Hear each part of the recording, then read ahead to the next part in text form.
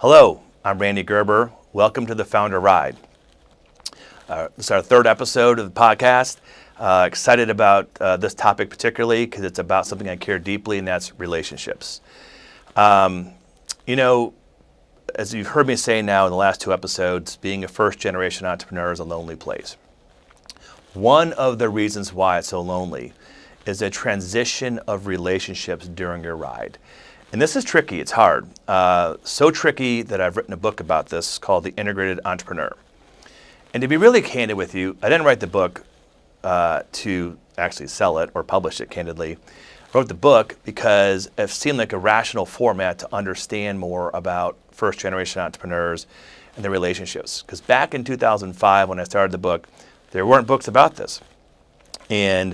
And I felt like we had to really understand that evolution and help our clients, help our friends, navigate those relationships. Because initially you've got your, high school friends, your college friends, maybe your neighborhood friends, certainly your family.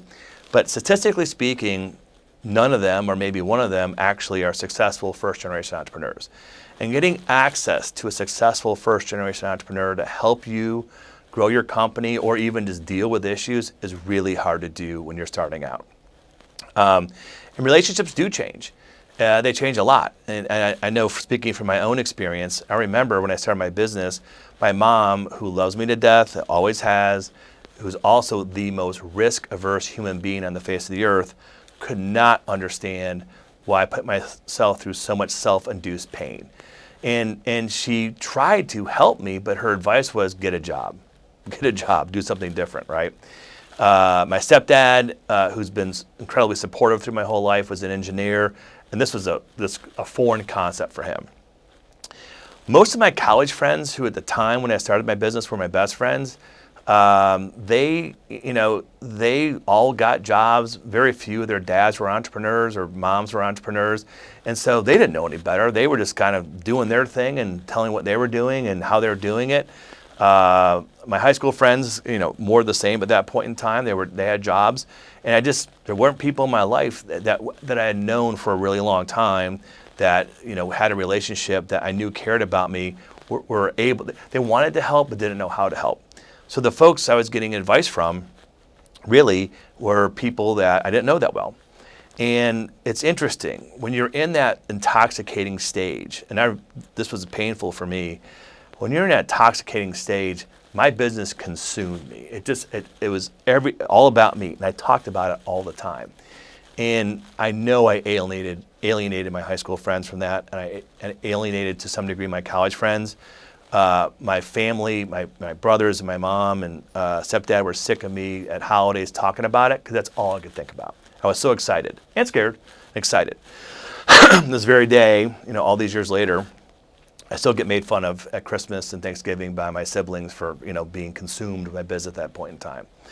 And, it was frustrating. It was hard. And I remember thinking, this is not really how it should be. And I was really blaming them for not listening. And in hindsight, through writing the book, I realized, it's not their problem. It's 100% mine. Like, I didn't know how to navigate that. And they're just trying to love me, trying to help. And so, we really talk about in the book, the number one, awareness goes a long way. And number two, even though it's consuming you and it's intoxicating to you, it's not to somebody else. So that's why it's so important to find other avenues. And even your spouse, if you're married, they don't want to hear about it all the time either. It's so important to find other avenues to vent, to talk with like-minded people, so you can talk about other things with your family. You can talk about other things with your friends. It's not consuming you, and that's a deliberate effort on your part. It sounds obvious today, but it's not. And it's really interesting when I see a bunch of entrepreneurs get together in a social situation with non-entrepreneurs, they still start talking about business. It still happens. So it's an awareness issue that you have to go through and really navigate. I think another constituency for those of you that have children, it's hard with kids, for them to understand what you're going through as an entrepreneur. One of my good friends, Dan Richards in Cleveland, Ohio, he told me this, 20, 25 years ago. You need to tell your kids the kiddie truth. And I'm like, what does that mean, the kiddie truth? He said the good things and the bad things that they can handle at their age. They see you excited, they see you struggling, and you can't tell them, when they're 5 years old, the truth, because it might scare them too much, but you need to tell them something. And as time's gone on and I've gotten to know more and more entrepreneurs that, have really great relationships with their parents who are also entrepreneurs, which is kind of rare, by the way, I've inquired about this, like, how'd you do it? And what I've learned through experience with these folks is that there was always conversation about business at dinner, at family vacations, but it's also talking about the wins and losses, and so in a format that was kitty truth, and so I'd tell you embrace it, but be thoughtful about what truth you're telling. You always want to tell the truth, but keep it the truth that people can handle. And it's really interesting, my own experience, that my kids today are 23, 21, and 19, and we had a 2-week vacation earlier this summer, and a topic, the one and only lawsuit I was involved with where I got sued. It was a very, very scary time back in 2005. I was sued for $14 million. My insurance covered me for $1 million, and I just bought a house I couldn't afford, just had our third kid, and it was scary. This is a side note, we ended up settling for $181,000 in 2006, so it worked out. But, I did tell my kids in 2005 and 6 what happened a little bit, the kitty truth.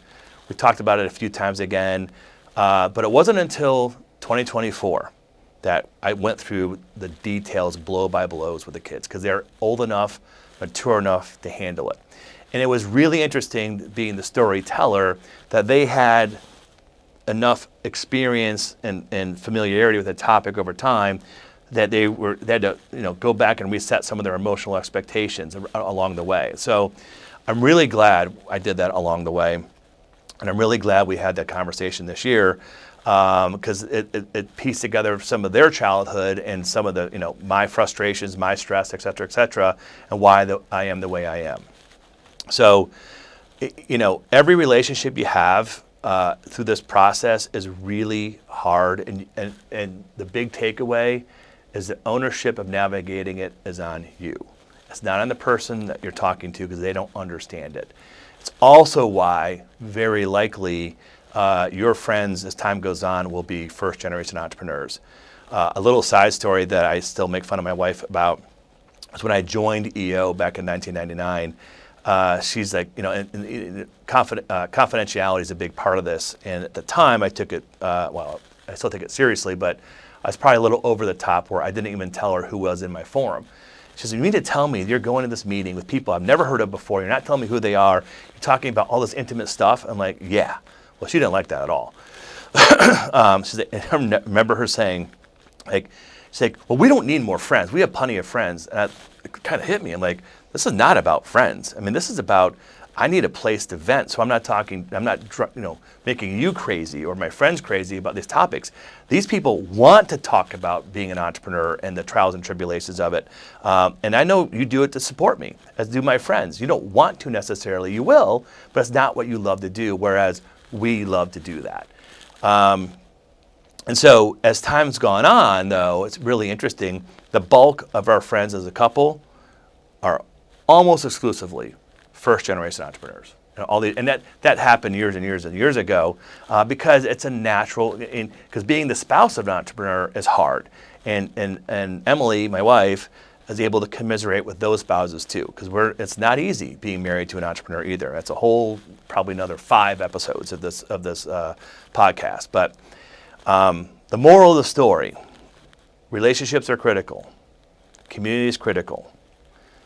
It's on you to navigate those relationships that are not first-generation entrepreneurs, and also find those avenues where you can vent and you can talk, because you have to.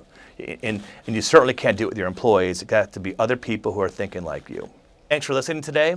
I hope that you have some time to reflect on this topic, and really, for me, I had to write down the relationships I wanted with different people to really visualize it. And I still, in my closet, I still have that up there on the wall. I look at it every day still. That's important. The next episode, episode 4, is a change of pace. We're going to talk about strategy. something that I think is often missing from the first generation entrepreneur thinking. It's really rare. And it's a piece, certainly I wish I would have had somebody hit me over the head with a hammer earlier in my career to understand how important strategy is.